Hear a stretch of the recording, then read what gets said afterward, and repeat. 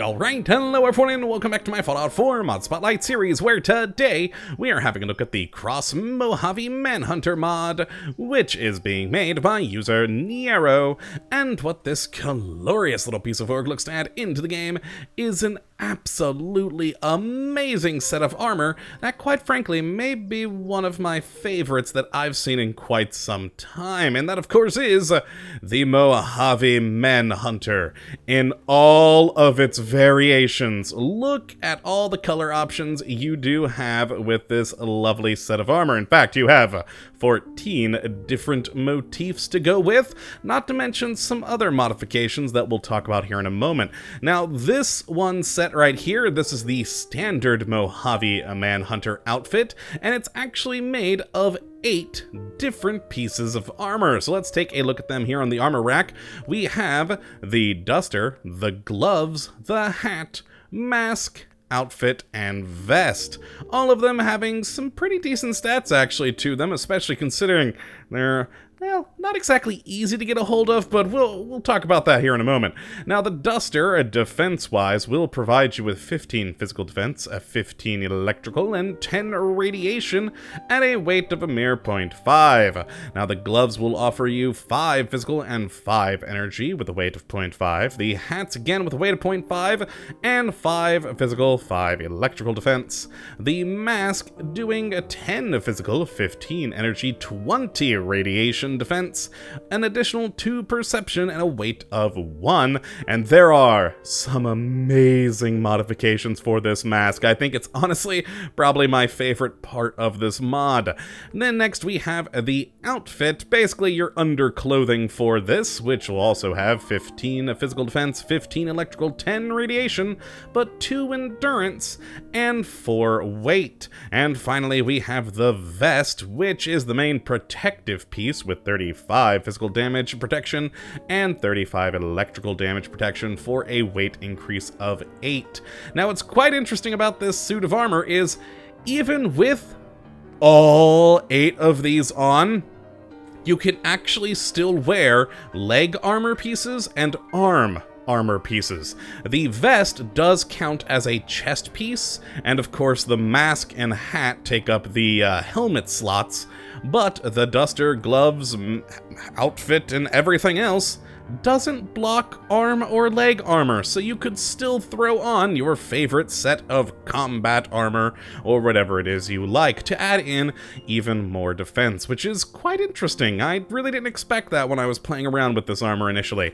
Now let's take a look at how you do get this. Now, there is an actual real-world location, which I'll let you guys go and explore. It's supposed to be lore-friendly, way out that way towards the glowing sea. Actually, it's in the glowing sea that you have to find it.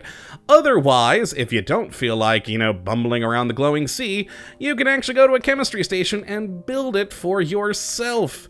And you just head down to the X Mojave Manhunter category, and you can build all of them, all of the lovely pieces. The duster for just 2 ballistic fiber, 2 cloth, and 6 leather. The gloves for 2 cloth and 4 leather. The hat for 2 cloth and 4 leather, not leather. The mask for 2 asbestos, 1 ballistic fiber, 4 fiber optics, and 6 plastic. Now, the outfit will take 4 ballistic fiber, 4 cloth, and 4 leather. And then the vest will require 6 ballistic fiber, 6 fiberglass, and 2 plastic, and will require rank 2 in armor. So all in all, actually not the worst in actually, requirements for building these. I think the hardest part, or well, at least the part that'll take the longest, will, be the ballistic weave and the rank 2 in armor, which frankly isn't gonna take you too long to get, so you should be able to pick this up pretty early in the game.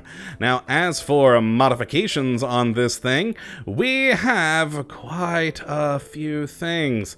Now, if we actually head down here, the duster, will start with this. We, of course, have the miscellaneous category, so we can do different linings to add different bits of defense to the duster. Always good. We then have the ability to add ballistic weave to make this thing even more defensive, which is great. And then we have two interesting visual options. Now, by the default, it will be a long coat for the duster, but we can change it to a short coat if that's more to your liking. Now, we also have the sleeves, where we can either have them enabled by default, or have a sleeveless duster if that's your thing. And finally, we have the different skins. Now, we have the Mojave Manhunter, which is the default one, a military skin, an olive skin, blue, Brotherhood, Dark Hat, Dia de Muertos, Enclave, Gray Hat, Legion, Light Hat, NCR, Outcast, Tan, and finally, Ulysses, which is actually the one I'm wearing in particular. And of course, as you can see, you can pick up a free 4K skin pack. As with most of Nero's mods, he has the skin packs downloaded from his site. Now, that's it for the duster. Now, on to the next piece, the gloves. We only have the option of the skins here, no other modifications, and it's all the same skins as the duster. Same thing with the hat. Now, once we move on to the mask, though, oh boy, we got some fun things here. Again, I think this is my favorite piece of armor here. The filter is the first option. Now, by default, you only have a right filter canister, and then you could also switch it over to the left-hand side, or have a filter canister on both sides of the gas mask, or even, of course, disabled.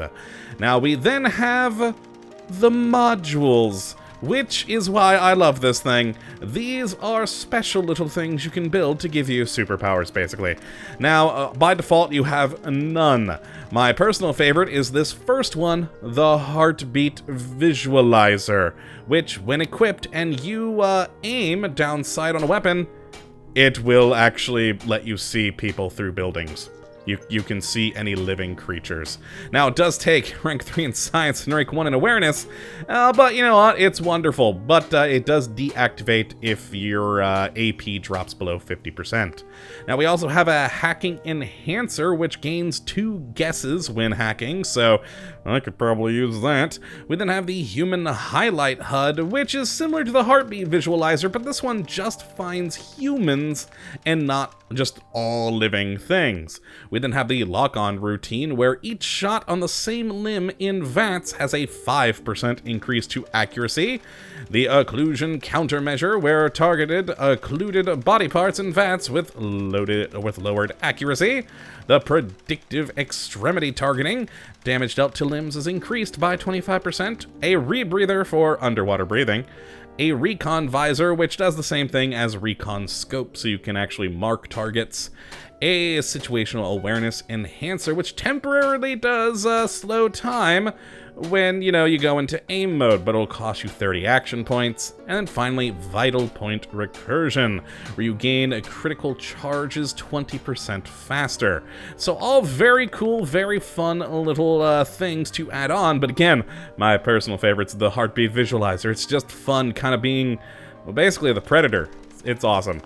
And then we have another visual change, the straps that are on the mask. You can either have them enabled by default or disabled, which I think is a little weird. Then your mask is like glued onto your face rather than having sensible straps.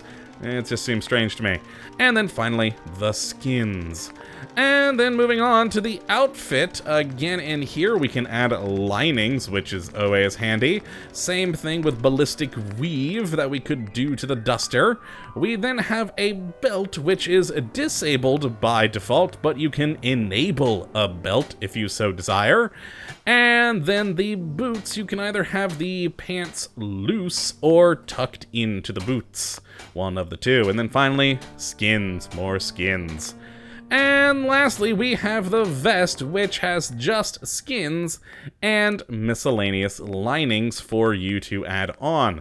And which is actually, it's not linings here. We have the lighter build, padded, pocketed, asbestos, which is technically a lining, etc. So just a fun little additional things to add to the vest. Now, like I said, you can still wear other armor pieces. So if I go into my inventory here and go to apparel, I can put on my deep pocket. Oh, nope, not the chest plate. That actually just turned off the vest. There we go. But I can turn on my arm and leg armor.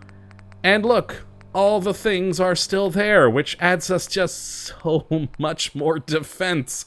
We do look a little strange with, like, the bulky parts sticking out everywhere, but, I mean, hey, it is an option. Now, as for the looks of the various armor, I am wearing here the Ulysses skin, which is just cool. I mean, look at it. It's great. Full of Americana, etc. And is just a fun, well-made texture. Now, we then go back to the standard texture. Then this one is the military one. Very nice, very clean cut, very cool. Then the green. We then have the blue, which is very colonial looking. I think it fits for the Commonwealth quite nicely.